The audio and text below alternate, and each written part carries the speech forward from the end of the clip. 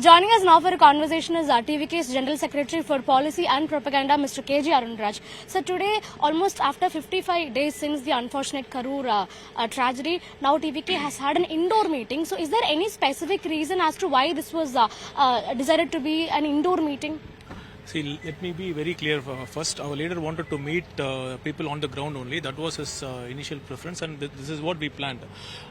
As you might be aware, we have sought permission from the Salem District Police, but for reasons best known to them, they have denied it.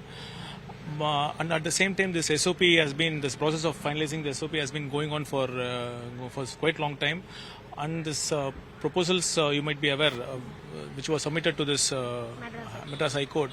So one of the conditions was that we need to seek permission at least 4 weeks prior.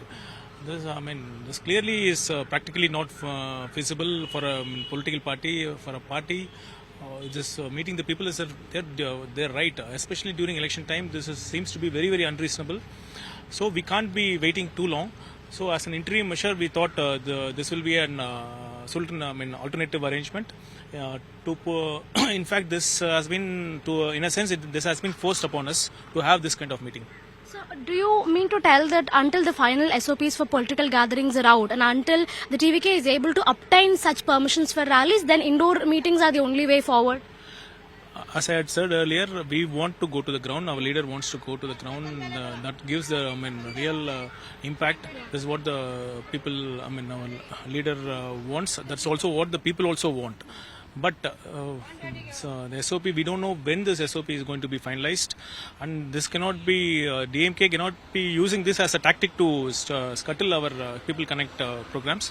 One thing is sure, leader wants to connect with the people, and people wants leader to come, and no force on earth can stop this. We'll be finding ways and means to reach out to the people. Sir, also if we look at the draft SOPs, it says that these SOPs are applicable to any crowd that's more than 5,000. Like if the anticipated crowd is more than 5,000, then it is applicable. So do you think that it is fair to all the political parties, or do you think that the TVK is the one that's getting most affected because of it, because you attract the large number of crowds at the moment? Yes, this very SOP, this need for SOP came only when our TVK started this People Connect programs. Right from Trichy, there were overwhelming support for our leader, and to have an SOP is fine. It's desirable. We don't have any objection for it. It has to be reasonable. It has to be logical, and it has to be equally applicable to all the parties. This is what we want, and this should not be selectively. The conditions should not be very stringent upon TVK alone, which had been this case earlier. And we expect that DMK might drag on its feet in finalizing this SOP. See, let's wait and watch. Sir, did you look at the, of course you would have looked at the SOPs, draft SOPs, a copy of the draft SOPs. So did you find anything objectionable? Were you not in line with any of the points mentioned in that? There are numerous points. I mentioned one particular thing about this 4 weeks time. We'll be filing our detailed Objections. Yes.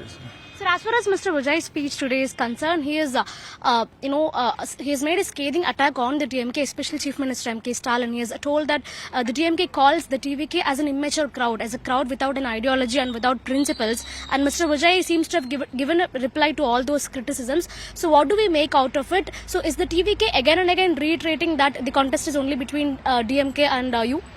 So coming to the first point which you raised, I feel that is one of the highlights of this speech. Whenever we raise pertinent questions to the ruling establishment, whenever we raise people's issues before them, the only answer they have is to label us and phrase us as the Tarkuri or immature or ideologyless crowd. Our leader has clearly stated that Tamil Vetri Kalaham, which was founded on the basic tenet of Pirapukkum Ella Uyirkam, which means that all people on earth are same, irrespective of caste, creed, religion or sex. And the party which had been one of the first voices against SIR, be it CAA or Waqf Amendment or this SIR, how can you label us as ideologyless party? In fact, the TVK, having Periyar and Arunraj Anna as their mask, they are indulging in this dynastic politics and corruption. It is they who are this real ideologyless crowd. This is what we wanted to say. And coming to this other points you raised about this fight is only between this DMK and TVK.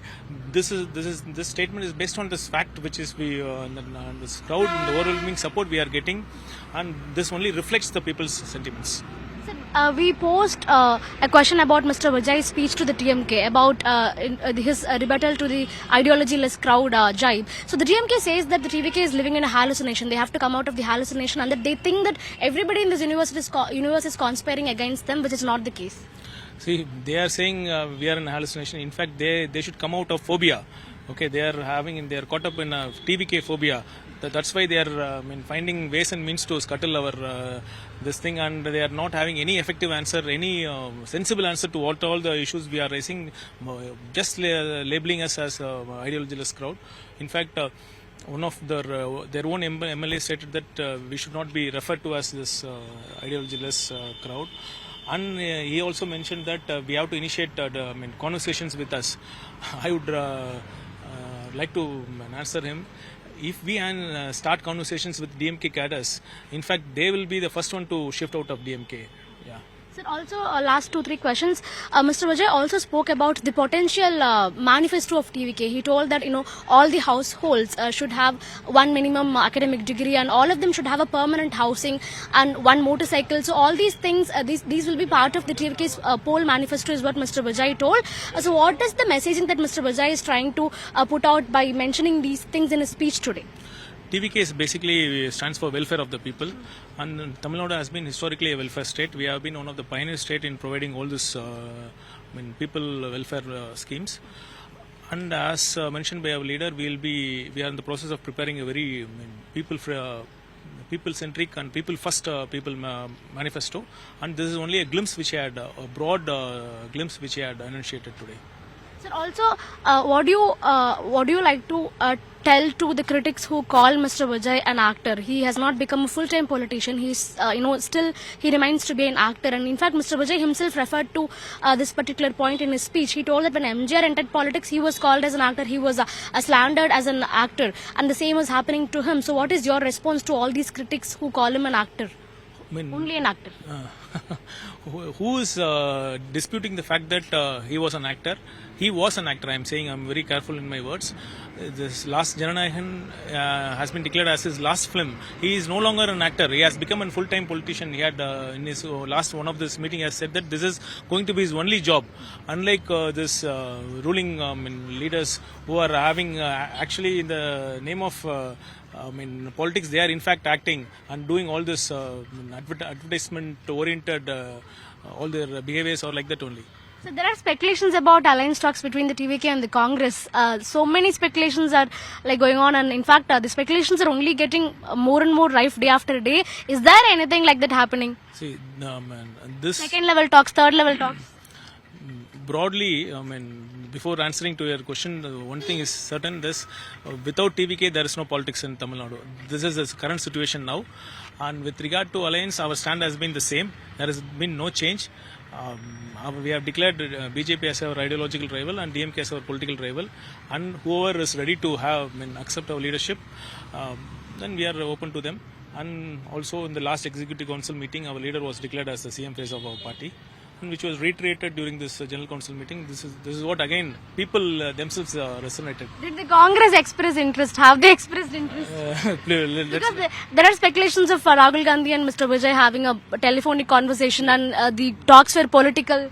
See, this is what we have to say now, and this is what we have to say has been said. Okay, final question, sir. When is going to be the next public outreach program? Which district, and about what format is it going to be? Is it going to be a rally or an indoor meeting or a road show? What is it going to be? We are working it out. Let's see how this police responds. And accordingly, our response will be based on what our reactions will be based on what response this state government has. Okay, thank you, sir. Thank you for talking to us.